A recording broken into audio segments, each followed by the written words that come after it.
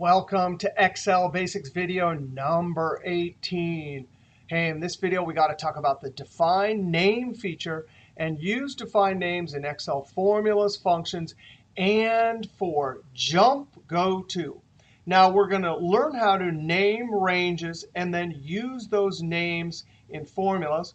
We'll see our list of names in the name manager, and we'll also see how to use define names to jump to various ledger accounts in your Excel workbook. Now let's go over to the sheet, define names. Now define names sometimes are great. We're going to use the PMT function to calculate our monthly payment.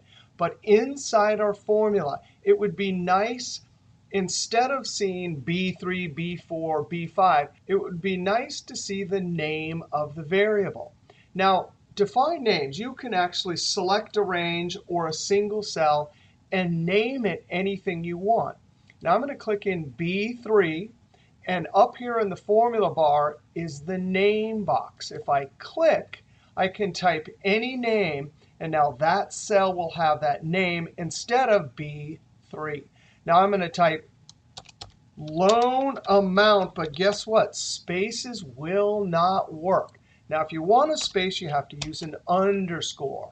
Now, when I hit enter, that cell is named. If I click over here, I see C5. When I click back there, I see loan amount. If I click in a cell and click the drop down and select loan amount, it jumps to that cell. Now, I'm going to show you where your list of defined names are. We go up to Formula, Define Names, and there it is, Name Manager. There is a keyboard. There it is, Control F3. Now, if I click this, it will show me that we only have one name. There's the name. There's the value. There's the range it refers to and scope. If you have the same name in multiple places in your workbook, when you insert the name, it'll ask you whether you want to use the one from the workbook or the particular worksheet. All right, I'm going to delete this. By the way, you can edit, create a new one here, but I'm going to delete it because I've got to show you a better trick than naming them manually. Click OK. Click Close. Almost all times that I've used define names, I have the actual name directly to the left. And so there's a feature that will automatically name these. Not only that, but when we get down here, this whole column has the name at the top. So there's a great feature. You highlight the names and any numbers or any cells that you want to contain those names. Go up to Define Names, and there it is, Create from Selection. There is a keyboard. There it is, Control-Shift-F3. I'm going to use Create from Selection. Now, you got to be careful. You got to read this because sometimes they'll check the wrong box. But this has no problem interpreting number, number, number, and this is text. Now, the polite thing about create names from selection is notice space, space, it'll automatically put an underscore. Right there, I didn't put a space, so it will be exactly that name. When I click OK, now up in the dropdown, there's my loan underscore amount. There is the total months. Now I can come down here and use those defined names in a formula equals PMT.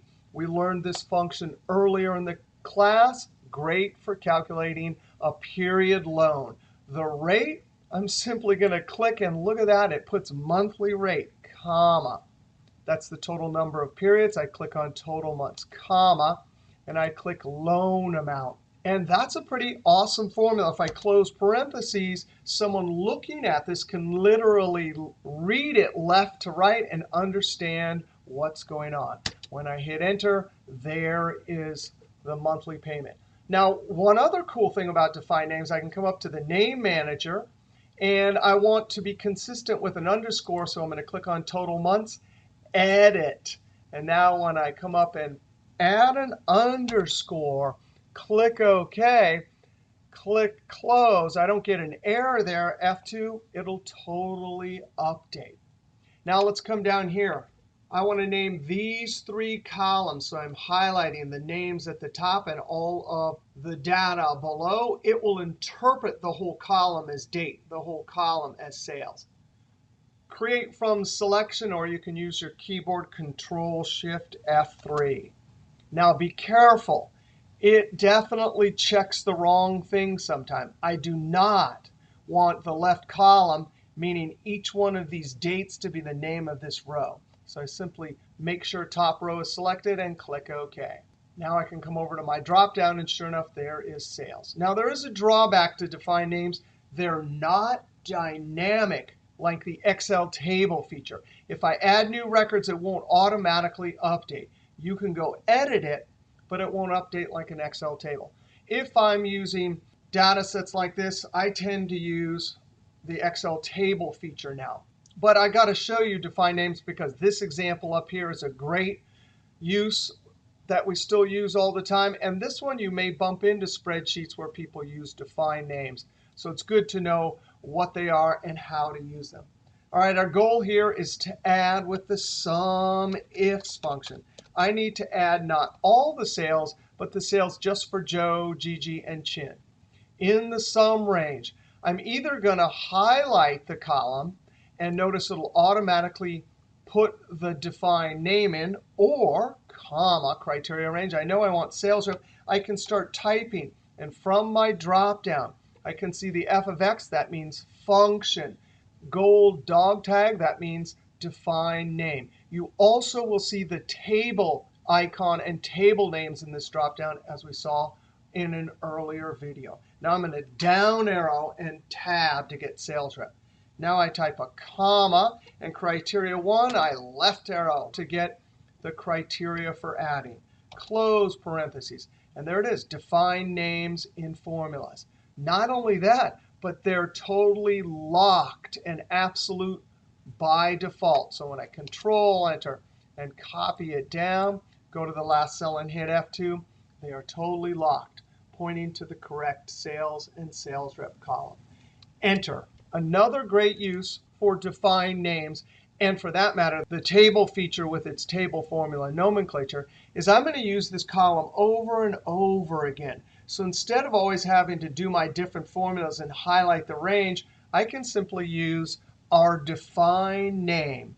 Alt equals, keyboard for the sum function, I type the letter S. I see sales highlighted in my dropdown, tab, and enter.